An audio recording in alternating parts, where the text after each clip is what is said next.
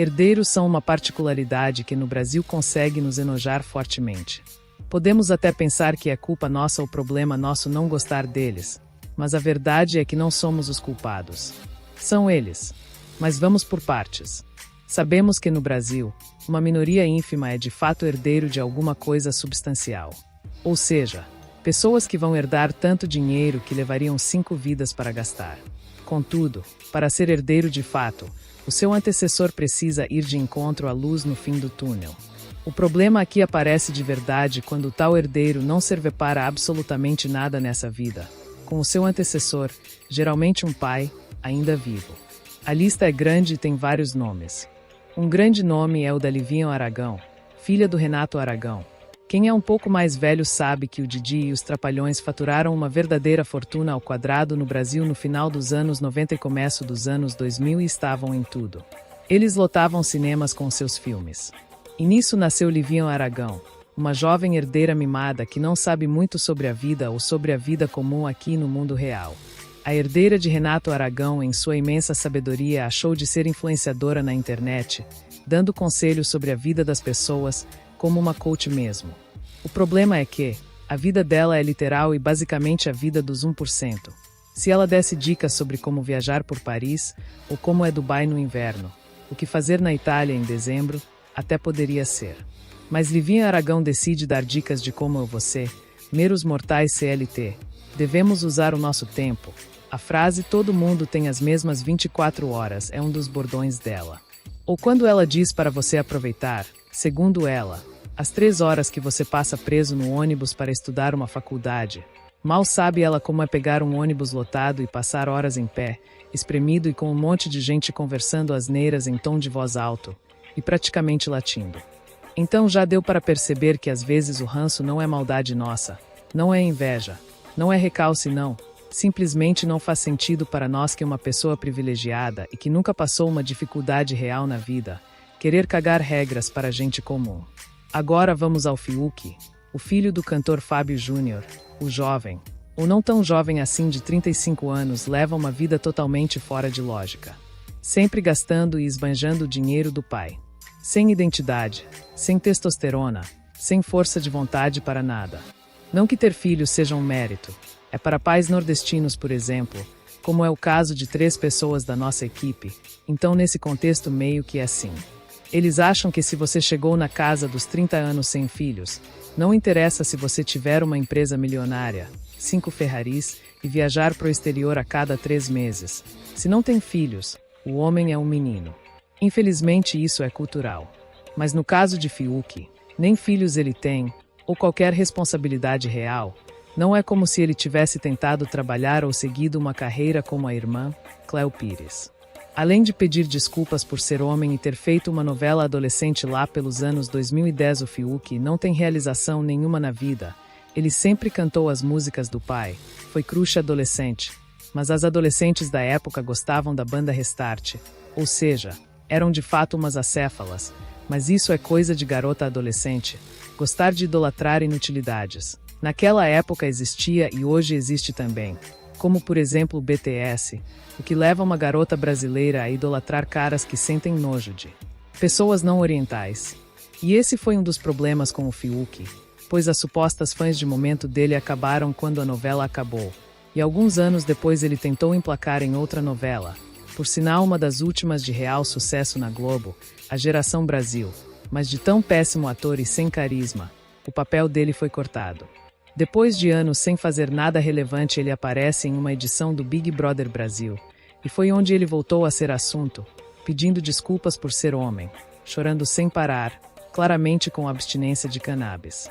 Enfim, o rapaz provou a que veio, ser um herdeiro inútil talvez. E recentemente ele solta um vídeo falando que o pai deserdou ele, ao que deu para compreender, pois nem falar ele consegue diretamente. Foram 14 minutos de divagação e nós pensamos que ele iria acender um cigarro a qualquer momento, dentro do carro de luxo, com uma peça de arte ao fundo, um cenário totalmente não natural, com ele maquiado e toda uma produção de luz. Gravado com o celular dele que deve custar 15 salários mínimos integrais. Mas acredite, ele quer se conectar com você e comigo, nós, meros mortais. No vídeo ele não fala nada com nada. Não chega a lugar nenhum. E mostra a incrível habilidade de falar por quase 15 minutos e não dizer coisa alguma. Mas é importante frisar que o que se compreendeu, não apenas nossa equipe, pesquisamos outras fontes também, pois o vídeo é uma tortura, é que o pai deserdou ele.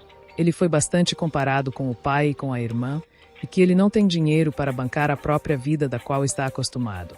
Fiuk tem um sonho fora da realidade, que todos nós, que somos pobres mortais comuns, teremos aproximadamente 15 mil reais para pagar o curso de drift dele, fora os custos dos pneus e provavelmente o carro esportivo para fazer as manobras. Observem o quão fora da realidade um herdeiro pode ser. Isso é resultado de vida fácil e comodidade. Observem a história real de Sam Walton, dono e criador da rede Walmart. O fundador do Walmart construiu a maior rede de varejo do mundo, mas era famoso por sua extrema economia e por detestar o exibicionismo da riqueza. No começo, seus 4 filhos, Robbie, John, Jim e Alice, cresceram enquanto o pai abria as primeiras lojas. A função deles durante as férias escolares e finais de semana, isso para todos os filhos, é que eles eram obrigados a trabalhar nas lojas. Eles varriam o chão do estoque, empacotavam compras, descarregavam caminhões de mercadoria e limpavam as prateleiras. A lição: eles recebiam o mesmo salário mínimo dos outros funcionários e iam trabalhar em caminhonetes velhas. Sam Walton dizia que dinheiro não nasce em árvore e que eles precisavam entender o valor de cada centavo que entrava no caixa. Hoje, a família Walton é uma das mais ricas do planeta. Outro exemplo é Estée Lauder e Leonard Lauder do Império dos Cosméticos Lauder nos Estados Unidos. Estée Lauder criou uma das marcas de beleza mais valiosas do mundo, mas não deu uma vida mansa para seu filho mais velho, Leonard Lauder. No começo, quando a empresa ainda estava crescendo e se transformando em um gigante multibilionário, Leonard foi integrado aos negócios.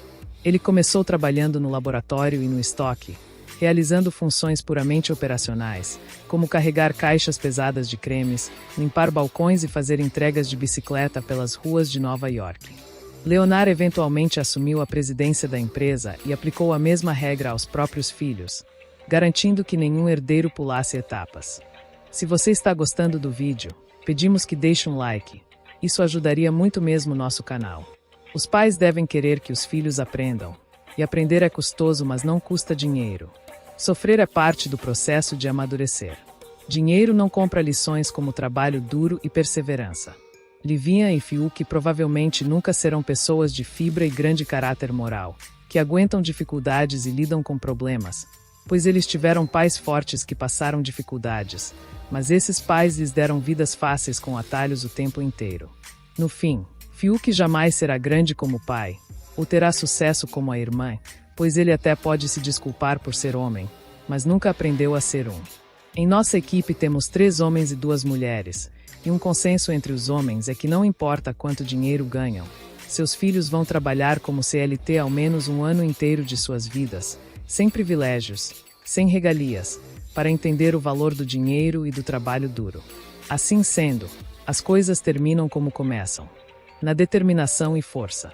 Nós brincamos aqui que se eles tiverem filhas, vão ser as princesinhas mimadas do papai, mas eles próprios acreditam que o melhor jeito de proteger é preparando para o mundo e não isolando como Renato fez, colocando nas melhores escolas e internatos, rodeando de seguranças, carros blindados e empregados.